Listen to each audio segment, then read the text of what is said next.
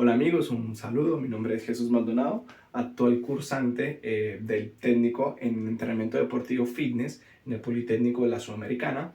El día de hoy estaremos conversando de un tema muy importante, puntualmente de las articulaciones. Conversaremos también sobre lo que serían los componentes de las articulaciones, hablaremos sobre su clasificación de la misma, también conversaremos sobre la movilidad de cada una de estas clasificaciones y también conversaremos algo muy importante, lo cual es la función de las articulaciones en el entrenamiento, cómo podemos llevarla hacia el entrenamiento o cómo podemos interiorizar este tema para tener un poco más completo toda esta información tan importante de las articulaciones. Muy bien chicos, ya para entrar un poco más en materia, hablaremos un poco sobre lo que se trata, qué es una articulación y sus componentes, porque sí tiene componentes. En su mayoría las personas tienen presente de que una articulación es la unión de dos o más huesos. Y eso está bien, pero también tenemos que tener en cuenta que es la unión de más componentes. Por ejemplo, una articulación tiene como componente membrana sinovial, tiene cartílago, tiene ligamentos, tiene tendones y también solo algunas articulaciones tienen el famosísimo líquido sinovial. Ya estaremos conversando un poco más de qué trata, pero quiero que tengan en cuenta, chicos, que una articulación no es netamente la unión de dos o más huesos, es un poco más, ¿sí? Tenemos que incursionar y tener presentes que hay más componentes dentro de una articulación. Sí, chicos, entonces dando continuidad al tema que tenemos por estudiar. Iniciemos con los componentes y las articulaciones. Ya tenemos claro lo que es un componente de una articulación y que la articulación, su función como tal es permitir el movimiento de dos o más huesos y por ende de estos componentes que están dentro de la articulación. Entonces, dando continuidad a la clasificación, consiste en tres clasificaciones. Iniciaremos con la primera. ¿En qué consiste? Clasificación de articulaciones sin artrosis. Como su nombre lo indica, las articulaciones clasificadas por sin artrosis son articulaciones que tienen un nulo movimiento o prácticamente no tienen movimiento. Un ejemplo muy claro de una articulación de sin artrosis es el cráneo. ¿Por qué el cráneo? Ya que el cráneo tiene suturas craneales y esta es la articulación que no tiene movimiento. Continuando con la siguiente clasificación, que sería la número 2, hablaremos de las articulaciones clasificadas como anfiartrosis. ¿En qué consiste estas articulaciones denominadas como anfiartrosis? Consisten en que son articulaciones que tienen un movimiento limitado, ¿sí? Pero tienen movimiento. Por ejemplo, las vértebras. Las vértebras es una articulación que tiene un movimiento limitado, pero tiene movimiento, ¿ok? Y dando continuidad a lo que sería la tercera y última clasificación, conversaremos de las articulaciones denominadas diartrosis. ¿En qué consisten estas articulaciones denominadas diartrosis? Son las articulaciones que tienen mayor rango de movimiento. Por lo general, son las articulaciones de nuestro tren inferior o nuestro tren inferior. Por ejemplo, las extremidades, brazos y piernas, como una rodilla, como un glenohumeral, que tiene un amplio movimiento. Entonces, chicos, ya tenemos claro lo que consiste. Un componente, para qué consiste o para qué está diseñada una articulación, su clasificación entre sin artrosis, ya sabemos que es la que tiene muy poco movimiento o no tiene movimiento, una anfiartrosis, que es la que tiene un movimiento limitado, por ejemplo, una vértebra, y adicionalmente a eso sería la tercera clasificación, que sería la diartrosis, que es aquella que nos permite tener un amplio movimiento, por ejemplo, una rodilla, por ejemplo, un glenohumeral, ¿ok? Dando continuidad a lo demás, ya volvemos. Muy bien chicos, entonces dando continuidad a lo que sería la clasificación de las articulaciones, continuaremos con otras dos clasificaciones, las cuales son articulaciones axiales, ¿ok? Y articulaciones apendiculares. ¿En qué consiste cada una de estas articulaciones axiales y apendiculares? Las axiales son aquellas que permiten ese movimiento, o cual sea el movimiento, pero de forma muy limitada.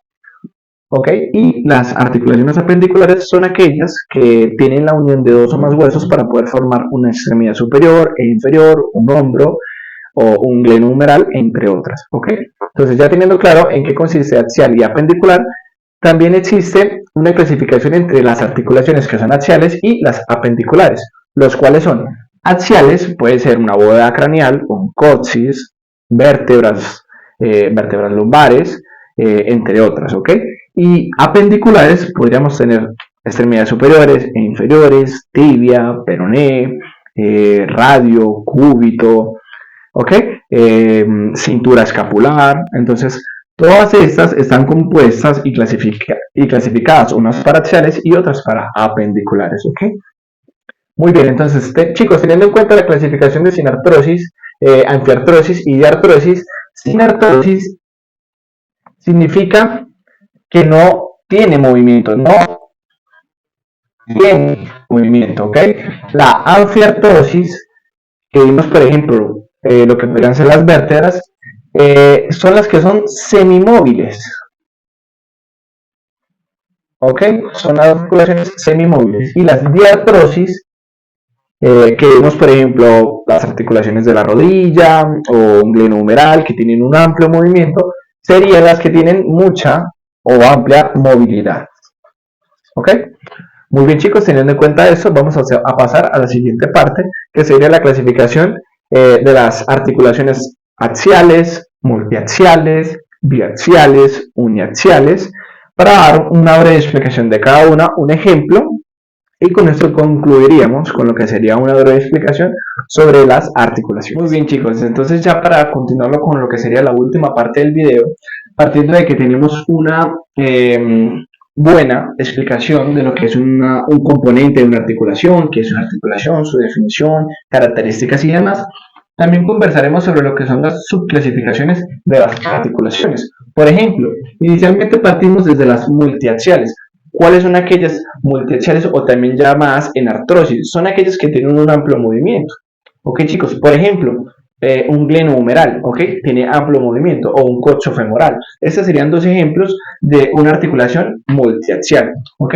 Podríamos continuar con las biaxiales, las cuales consisten o también están subclasificadas por la condilea, silla de montar o planas, ok. Las biaxiales son aquellas que se mueven en dos ejes y permiten cuatro movimientos. Por ejemplo, puede ser un radiocarpiano, un pulgar, o puede ser un tarso metatarso, ¿ok? Bueno, chicos, también continuando con lo que serían las uniaxiales que tendrían dos subclasificaciones. En este caso, las uniaxiales son aquellas que funcionan como bisagra, ¿sí? O bisagra o pivote. ¿Cuáles son aquellas como bisagra? Son aquellas que le permiten un movimiento en una única dirección. Por ejemplo, un codo, por ejemplo, una rodilla, ¿ok? Que siempre hace el mismo movimiento. Muy bien, y ya tendría lo que sería el pivote, que sería el último ejemplo de uniaxial, el cual consiste en un ejemplo tal y como el coxis.